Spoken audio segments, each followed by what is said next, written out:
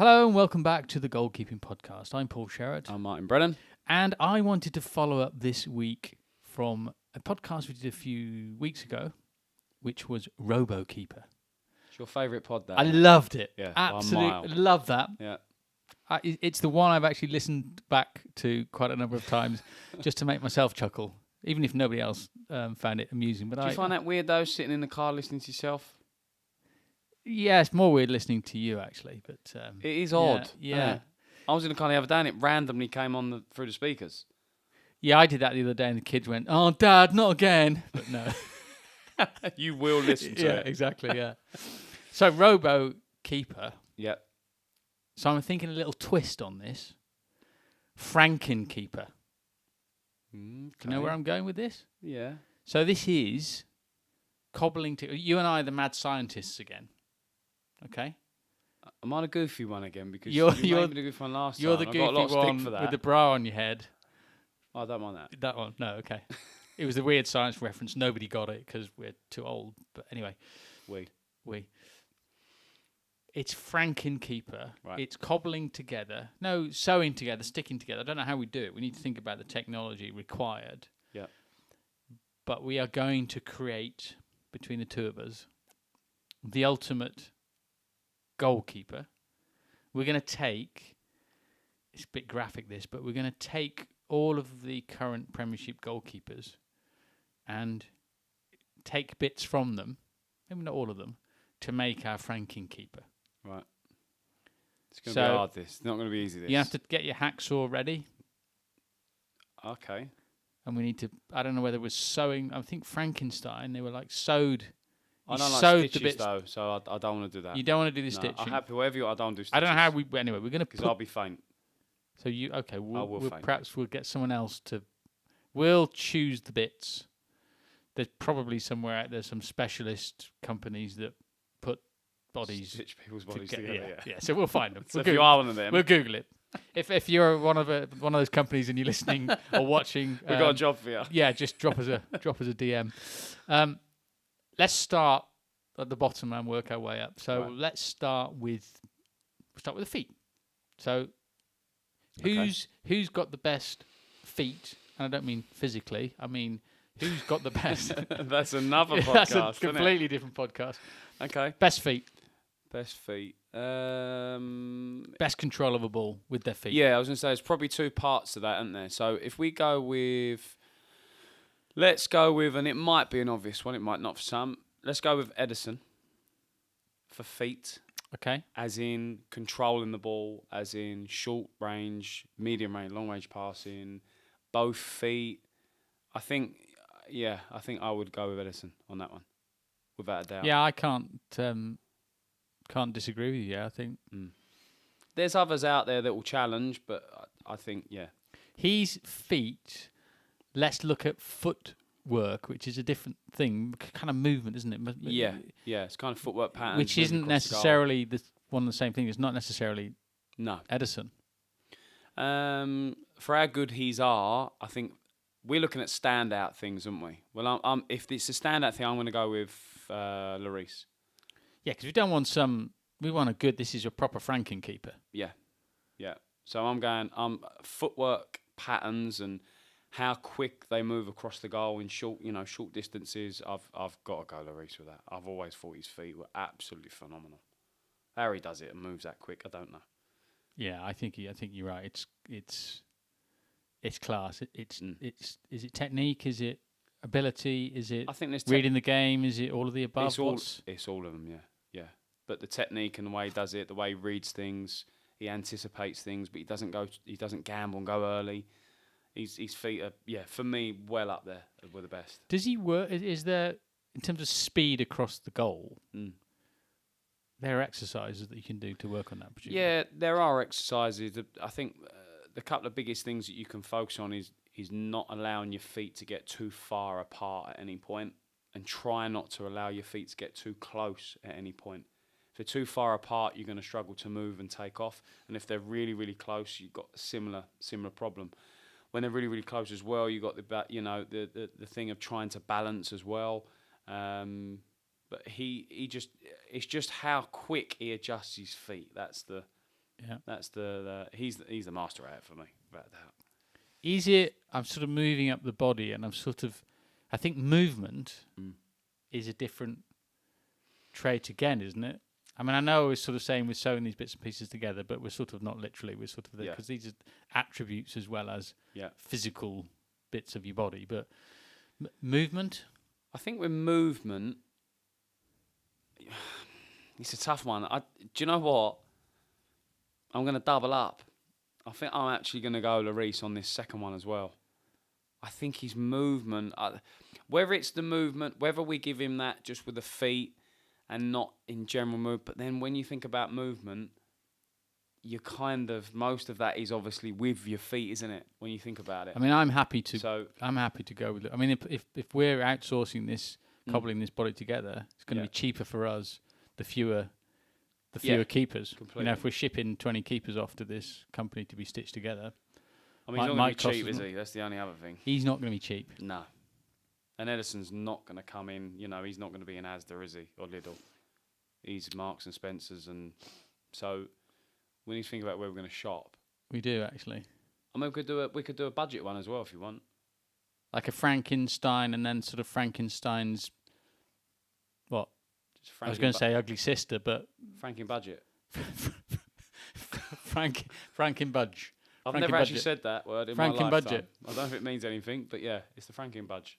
But then the Franken budget version is going to be, you know, my mate Dave, who plays on a Thursday night. Yeah. His footwork's appalling because he's poor, but it's going. I'm not sure. But we could always top it with someone else. We could top it with someone else. Mr. Blobby's got to be in there. Shrek can be in there. There's plenty of them, isn't there? Yeah, I think that's the Franken budget celebrity edition. Cartoon goalie. There's another one for us. Cartoon goalie. Anyway, should we get back on track? Yeah, we'll go back. Okay, back on track. So we've done footworky movement things. Yeah. Frame, I think, is a big thing. You look at the Prem keepers with your trained eye as a goalkeeping coach, as an ex-pro, and you think, yeah, that just looks like a goalkeeper. Who's the man? Do you know what? This has changed over the years. If you'd have asked me 30 years ago or 20 years ago, you know, you're the one you probably would have commonly chose with them would have been like a 4-star. Yeah. I think now it's a little bit different. Yeah, I agree. I think the reason that's changing is because of the weight. I think the weight of the ball is playing a big part of that. How fit the other players are getting, how they can move the ball so much. I think that big frame, the massive frame for me is not as appealing anymore. I think for me on this one, there's probably a few, you know, Alissons, you've got De Gea's, just that good, it's a good height, it's a nice frame, but it's not gone to the, you know, like a swimmer's frame, some of them can look phenomenal. Yeah. You know, and the shoulders are completely squared off. I'm not so sure this day and age. Not needed anymore, is it? Not sure, no. And people say, yeah, but when they're coming to deal with crosses, well, when do you really see Premier League goalies coming to deal with proper crosses? You want to see a goalie take crosses, you'll go into League Two and, you know, the National League. That's where you see the old traditional, you know, balls flying up in the air and coming down with snow on it. You don't really see that in Premier League. So I think I would probably go with De Gea's. De Gea's frame. Yeah. Yeah. I've changed that in my head about the last 10 seconds, about 4 I times. would put it. I mean, no, we've said Hugo for a lot of things. I think I see them as having quite similar frames. Do you? Yeah. A De Gea and a Lloris. I was gonna say Lloris. Yeah, but it would be but cheaper the problem for is us. we just ended up going to buy Lloris and just kills the game of this, doesn't it? Really. It wouldn't really be FrankenKeeper. It would just be Hugo Lloris. Yeah, we've created Hugo Lloris. We've created, yeah. If he's listening to this, I mean, I don't know. What do you think about that? It wouldn't be the most interesting podcast, would it, really? The conclusion is actually it's Hugo Lloris. Yeah. No, I think, I agree with you, but I think that, you know, I think De Gea now, I think he's at a nice frame. When he first came over, I thought he was a little bit too slim. Yeah. A little bit too slim, so. This isn't really relevant, but I'm going to throw it in there with or without ponytail. On the frame.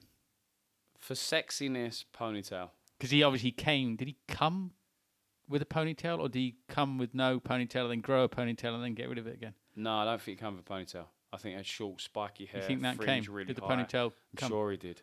Hmm. Then he created We it. should check that out, really. But for sexiness, for social media profiling and all that, I think it adds a bit of spice. So we'll go with the hair's frame ink Yeah. ponytail. Yes. Okay. But I don't think we should choose the hair yet. No, okay. We'll part. We'll have that his hair, but that's kind of a reserve haircut for what we're going to for offer. what we're going to offer later. 'Cause there's Okay. some good ones out there. So we should then look, and I think in my eyes, being not an aficionado like you are, we're moving to hands. We're moving to that whole. I think there's a couple of things. There's the shot stopping element. Yep. So I think our FrankenKeeper needs to be an awesome shot stopper, whoever that is. But then I think there's the whole handling, the catching, that ability. I mean, I was lucky to have an opportunity to work with Tom Heaton, and I was gobsmacked that he's handling. Absolutely gobsmacked. It was just like sponges, just literally absorbed everything. And I think I'd like to put him in there, and I know people that are watching it, if they are watching it, they're probably shouting at the screen going, what is he talking about? There's got to be 5 or 6 more than... But no, for me, I would 100% take Tom Heaton's hands. I think I remember you telling me the story. Literally, it was as if he was on a Sunday stroll, and then these balls were being pinged at him harder and harder and harder. Yeah, and he was just yeah. And I suppose that's the measure, isn't it? That's the measure of any great athlete. If you look as if completely. It's completely natural. Yeah, you're not even trying. Yeah. So he has that ability, does he? Yeah, without a doubt. I mean, an older school one, I did my scholarship at Tottenham with Ian Walker was first team goalie, and his hands were like beyond the joke. In training, it was craziness. Hans Sager was the first team goalie coach at the time, and Hans would literally run up and smash the ball as hard as he could. And Ian Walker literally just stood there like looking at other things around him, just catching these balls and just throwing them back. Really, it was like... And actually, the first 3 days of me starting my scholarship, I went home to my dad watching him train closely, obviously next to him. And I went to my dad, I ain't good enough for this. I'm nowhere near it. Really? I'm miles away. Wow. Yeah. And I'm judging myself against him. But look, Premier League, there's going to be loads, isn't there? There's going to be loads with, I say that recently because the balls have got a lot lighter. I think the art of catching has faded a little bit. But I think selfishly, because they had the opportunity to work with him, Tom's were outstanding. Tom's the catcher. Who's the shot stopper? The shot stopper, yeah. I'd go Kasper Schmeichel. Okay. I think if someone said to me what came over from another country and said, right, what goalie would you go and watch? Like, excite me. I want to be really excited watching them. I want to be edge of my seat. Yeah. I think Kasper Schmeichel's unbelievable. I mean, he just pulls out. He's similar to Dad, with Peter Schmeichel, similar to his dad. Times he does things his own way, which is what I love, because I don't believe in rights and wrongs in goalkeeping, in techniques and tactics. And he just kind of, big statement, this is who I am, this is what I'm going to do, and if I want to catch it, with 1 foot and 1 hand, I'm going to catch it 1 foot and 1 hand, So for me, he just takes it, he takes the shot stopping to another level, Where are you, on, just as a quick aside, on the old Danish catch? Where am I on it? I'm seeing more and more, we try, social media, we tried the Danish catch and all this sort of stuff. Yeah. I don't think Schmeichel does the Danish catch, does he, or does I've seen him on a video do it. Right. Yeah. But like I just said earlier, to me, if you're doing the job, you're doing the job. And if people find it works and it's effective... So it doesn't matter how you catch the ball, fundamentally. 10 years ago, I'd have gone, no, it does, it's really important. Yeah. You've got to catch this way. And now I'm like, look, the ball's moving at 90 miles an hour sometimes. If you can catch it. Just catch it how you you want. Use your nose to do it, catch it. Yeah. We all want to love technique and we all want to, perfect it. But we all know the game don't work like that for the goalies. No. I mean, I've been working on my scorpion kick, but it's not quite getting there. Not got there. You're the only one that calls it scorpion kick. Oh. Yeah. And I know what that means, weirdly enough. Yeah. But yeah, I don't know why. What do they call it these days? Not a scorpion kick. A side volley. No. Oh, You're oh. missing the Oh no. the scorpion kick. Remember the guy, Colombian keeper, went over his head, flicked it Oh. backwards like that. What was his name? Yeah, don't know. Yeah, Yeah, I know his name. At Wembley. yeah. Yeah. That's what I've been working on. Gahita or something. Something Gahita. like that. Yeah. That's how I got. That's not right, but Okay, so we're now looking at done shot stopping, done handling. mindset, hair, we'll call it what you will, that temperament, mindset, approach. You know, we've got this amazing frame. We need to stick a brain in there. So I guess it's all those things, isn't it? It's a goalkeeper's brain, let's call it. We need to it's a bit of a Hannibal Lecter moment where goalkeeper brain's coming out and going into FrankenKeeper. It's not so recent. I have to mention him. He's David Seaman. I have to mention him. Of course you do. He's like, he looked like in his head during the game he was doing a shopping list. That's how he looked. But you knew he was analysing everything. He was really calm. He never had massive highs. He never had massive lows. When they finally won the league and stuff, then emotion might pour out. But it was never, you'd never see him running up to another player and screaming because he'd saved the penalty, or screaming because they won the game, or he was just really calm and composed. And I think the word composed and the second word of calm for me are really vital in goalkeepers. In their characteristics, in their mindset. Yeah, because you're going to make mistakes. I'm with you. Who are you going for? I don't know, but because I love that. I love that extra bit of passion. I love that. Yeah. Screaming into the camera kind of element of sport. So I'm completely with you on the calm, collected, focused. But I do like a little bit of... So you're going Ramsdale? I do love that about Ramsdale, got to say. Because that's proper heart on your sleeve, isn't it? That's proper emotion. Yeah. And if you have the ability to then come down to that base, calm level, which I think he does, then I think that's a real skill to be able to go on this massive high and then immediately you're back. Yeah. Because you see a lot of players in all sorts of sports, again, they're on the massive high and then they do this. Yeah. It slowly trails down to the level. Well, in that period that it's, if you like, the adrenaline's levels are reducing, that's when the most vulnerable. Yeah. It just worries me when they go so high. Are they in control of bringing themselves back down and being calm and making constructive decisions again? I'm not sure. I'm not so sure. But some goalies, that they make their whole career out of that. I mean, look at Pickford. Pickford sometimes looks like a lunatic, doesn't he?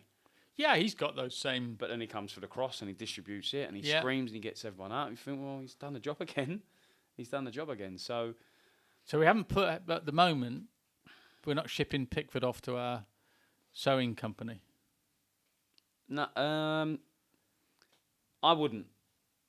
No, not for. If we're talking the mindset and we're talking all the bits we've talked about so far. And listen, David Seaman will be a lot cheaper now to cut up. He would actually. Because his values obviously he's a lot older. Yeah. If he's we'll wait for that one. Have we done hair? We haven't done hair yet. No, we haven't done hair yet. We don't know. We might be using him twice then, mightn't we? Yeah. Yeah. We could be using him twice. But I think, and obviously we make the rules, so it's up to us.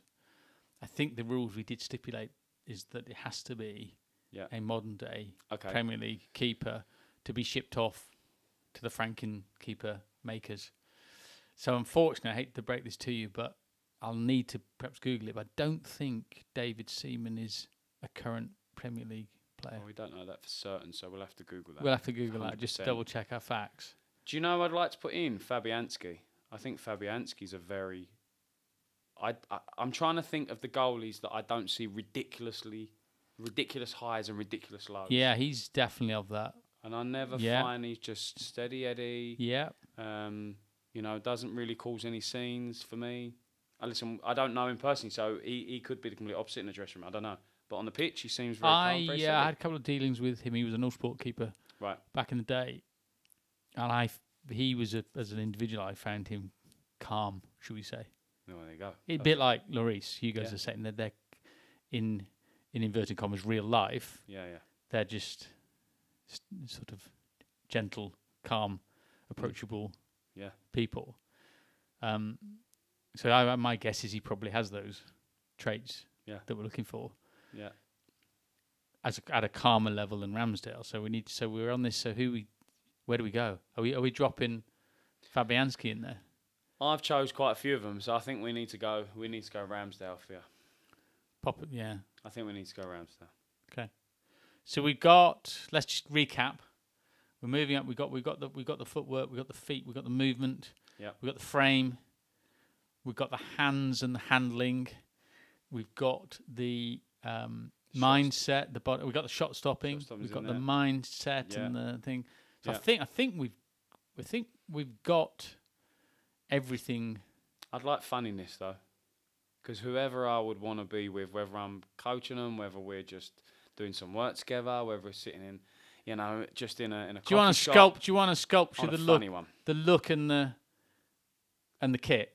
I mean, do you want to paint a?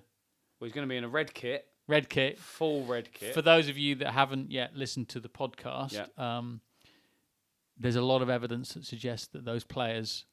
I say a lot of evidence. There is a piece of evidence that suggests that a goalkeeper wearing red is more successful than everything. Red. So you're going to put FrankenKeeper in laces, red shirt, boots, red shirt, red shorts, red socks, red boots, everything, red gloves. Yeah, I can't remember what Teletubby is red. I'm sure it's Poe, but they're going to look like Poe. Franken Poe. Again, might have to Google that. Franken Poe. I'm liking where you're coming from. Yeah. Good. And what do we say? Did we do the hair? Hair's done. No. You quite sort of infatuated with this hair thing. You had the same issue with RoboKeeper. You would wanted to talk quite a lot about hair. Yeah. Particularly ponytails. I just think it finishes the human being off, doesn't it? What, a ponytail or just hair generally? Just hair in general. It's like, if you're creating a human being, back whenever it was 6,000 years ago or 2,000 years ago, my impression is that the very last thing I'm going to sprinkle is the hair. It's the final thing. I think we'd have to draw on a face, would we? Or can we take somebody's... What was that Nicolas Cage movie where he swapped the face? Off. Yeah. So this is... We can do that, because if Nicolas Cage has done it, so we need to take someone's face. Okay. Does it have to be a goalie? Because again, this stitching company, they're going to do. It's got to be a present. So if it wasn't, I'd have gone for Love Island. Davida, whatever his name is, he's in there at the minute. He's quite a good-looking fella. Is he? Yeah. It's not my thing, but he's quite a good-looking fella. Take your word for it. He's not a goalie. He's not a goalie. So he has to be a goalie. So I don't know who would you go for? What are you going for? Is it a funny look, a weird look? Well, according to you, it's got to be a face that fits with a ponytail. Yeah, but I don't think it should. I think it should be, Oh, so it's not. So it's a face that doesn't fit. I think we've got a mismatch it now. Yeah, we've got a mismatch. So it might be a Barthez face. No. It's got to be current, isn't it? Obviously, we'll check this again. Yeah. I don't think he's in the Premier League either at the moment. Yeah, we only think that. That's not absolutely. True yet, so we'll have to look. Got to check the facts. So we need a face and a hair to finish off. Currently playing in the Premier League. Yeah. What other goalies do we have in there that we've not mentioned? I mean, everyone's going to be screaming at the podcast now again. We haven't mentioned my keeper. You haven't mentioned my. Could we go keeper. Mendy's face? Yeah. With Ederson's hair. Or yeah. I was going to change that. Go on. With De Gea's hair. I mean, which hairstyle? Pony. Okay. No, it's pony. Ponytail. Yeah. Mendy face. De Gea ponytail. Yep. Bright red kit, gloves, boots, socks. Everything you can think of. Earrings, the lot. Earrings, okay. Earrings. And finally... eyebrows. Well, I think that hopefully Mendy's got eyebrows, hasn't he? No, red. He's got to have red eyebrows. A red eyebrows. Yeah. A red hair. Red hair as well. He's just red. Finally, Yes. and I think because this would be the important, as a FrankenKeeper, probably needs a tattoo. I didn't know where you was going with that at all. No. And you throw me No, off. because I'm thinking they would. Okay. Frankenstein, gotta be? he had scars and drawn on faces. I don't know. I'm thinking either the forehead or the neck. Yeah. And I don't know why. And it's either got to have FrankenKeeper on it, but I think it's going to be too long for the forehead. So maybe FrankenKeeper tattoo all the way around his neck, start to finish. Or a like these facial piercings. Yeah. Could you pierce your neck with 2 bolts? Possibly. So we'll stick 2 bolts in his neck. Yeah, and I don't know why I thought of this, but on his forehead, he could have a Burger King Whopper on his head. Yeah? Why not? Listen, it's our Well, thing. he's done a sponsorship deal. Yeah, it's our We thing. go to Burger King. Yeah. They could probably cover the costs of sewing the FrankenKeeper together, because as we said, it's going to be expensive. Because we've got to buy the keepers. Yeah. The clubs are going to be a little bit reluctant to release them for this experiment. And in return, we need a new bike from Burger King. So if they want to use and advertise on our head. Yeah. You mean new bike for me, you mean? You new Yeah, bike I get a for new you, bike, yeah. And I just want a little golf trip abroad. Okay. Yeah? I'll do then. So... Okay. I'd love to hear from our listeners and our viewers as to who they think their FrankenKeeper would be, taking those attributes. Feel free to drop your comments. But in the meantime, I'm going to go away and try and remove this image that I now have in my head. I do as well. Of this quite weird FrankenKeeper. But anyway, I'm Paul Sherratt. Martin Brennan. That was the Goalkeeping Podcast. I hope you've enjoyed the content. If you'd like to become a better goalkeeper, then check out developinggoalkeeping.com, where you'll find podcasts, tips, videos, and more.